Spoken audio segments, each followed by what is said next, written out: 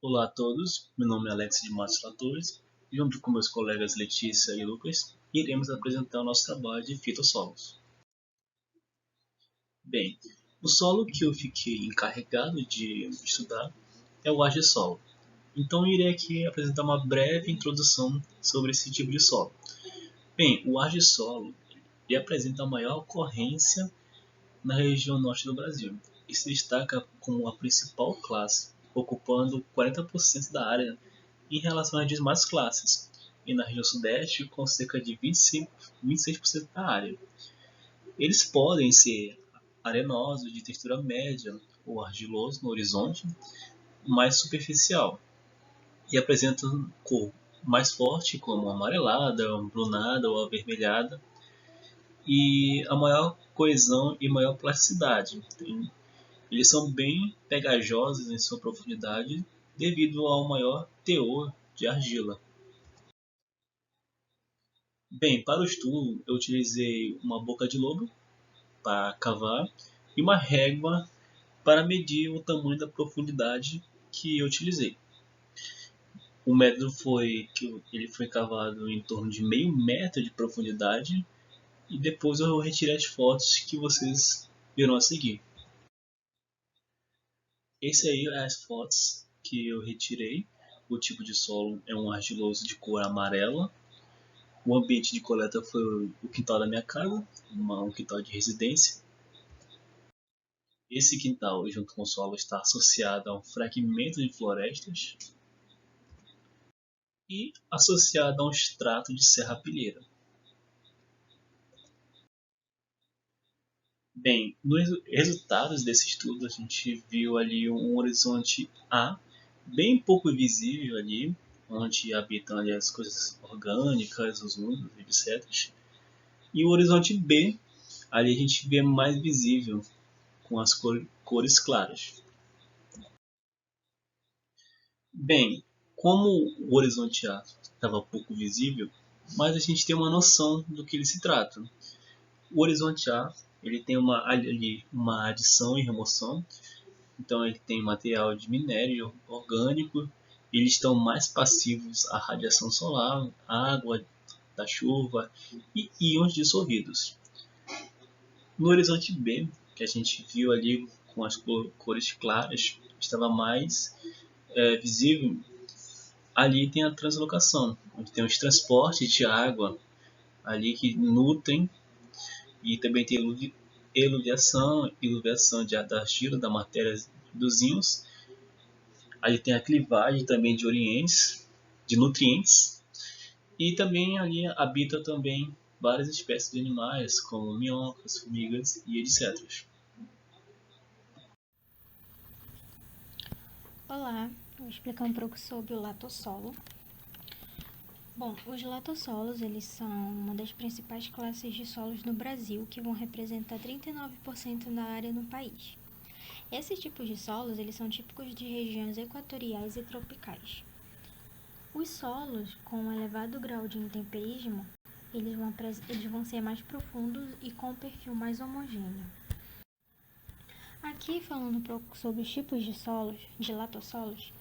Bom, os latossolos, eles são mais semelhantes aos nitossolos, sendo que eles podem se diferenciar através da presença de uma serosidade e o grau de desenvolvimento das estruturas. Ele vai haver diferenças significativas entre os tipos de latossolos. Isso pode ocorrer em função do material de origem. Aí, à medida que os latossolos oriundos de arenito têm o predomínio da fração areia, os latossolos provenientes do basalto vão ter grande quantidade significativa de argila. O tipo de latossolos, muitos deles não vão apresentar gradiente textural no perfil. Eles vão ter uma baixa atividade de argila e eles vão apresentar horizonte B, latossólico, procedido do horizonte A. Aí que eu coloquei o tipo de latossolo. Temos o latossolo vermelho, vermelho amarelo, o mais amarelado e o bruno.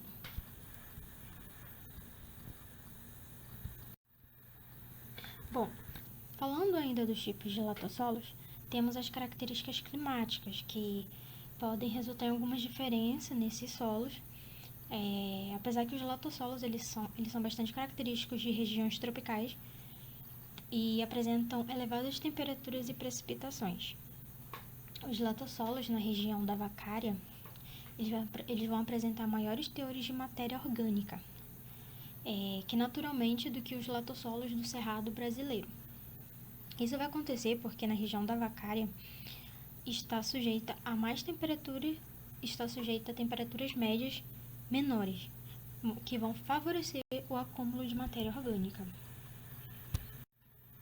Bom, agora falando sobre os atributos químicos do latossolo, coloquei como características. Temos a rocha matriz e o solo ele vai sofrer transformações aceleradas pelas condições climáticas. O que vai acontecer? Ele vai apresentar minerais no solo que vão ser lavados pela chuva. E isso vai ocorrer uma lixiviação na maioria dos cátions básicos. Ele vai ter o pH e a fertilidade vão diminuir e vão apresentar predomínio de argilominerais do tipo 1.1, como caulinita, óxidos de ferro, alumínio e alumínio na sua composição. Uma das características dos argilominerais 1.1 é ter uma baixa capacidade de troca de cátions. Isso é porque em condições naturais, quando acontece uma baixa concentração de cátions básicos, os latossolos eles vão depender da matéria orgânica para terem uma capacidade de trocar os cátions. E esses latossolos eles vão depender do conteúdo da matéria orgânica para terem a capacidade de trocar cátions para os fins agrícolas. Outras características também dos latossolos é terem elevados teores de alumínio, que no caso é um elemento tóxico, e as raízes dessas plantas cultivadas, quando ela está na forma trocável, vai ocorrer condições de um pH ácido.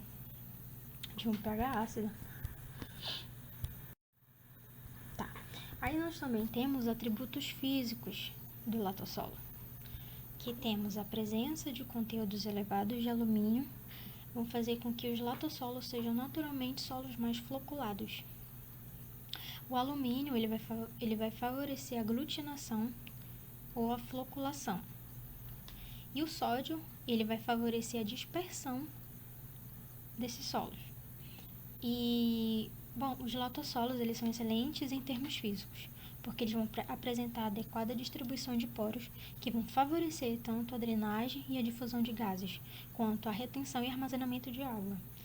Os latossolos eles vão apresentar uma compactação e uma função mais práticas agrícolas, como aração, a gradagem e o trânsito excessivos de máquinas em condições inadequadas de umidade. Aí eu coloquei aqui um exemplozinho.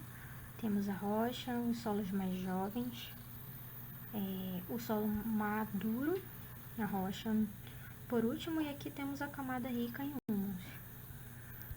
Bom, e essa foi a apresentação do latossolos. A cobertura vegetal original de latossolos é de florestas primárias, que são florestas que não apresentam alterações em sua estrutura, tanto vegetal como animal. Em latossolos são encontradas as florestas ombrófilas densas, que são caracterizadas por matas perennifólias, ou seja, elas são sempre verdes. As florestas ombrófilas densas possuem vegetação arbustiva. Nessas florestas, praticamente não ocorre período de seca, já que a precipitação é alta e bem distribuída durante o ano todo. Também são encontradas em latossolos da região amazônica a floresta ombrófila aberta, que são típicas de áreas em transição entre a floresta ombrófila densa da região amazônica e as áreas extra-amazônicas. Tem período de seca um pouco maior em comparação com a floresta ombrófila densa, com cerca de 60 dias anuais sem chuvas. Em florestas ombrófilas abertas são encontrados muitos cipós, algumas palmeiras e bambus.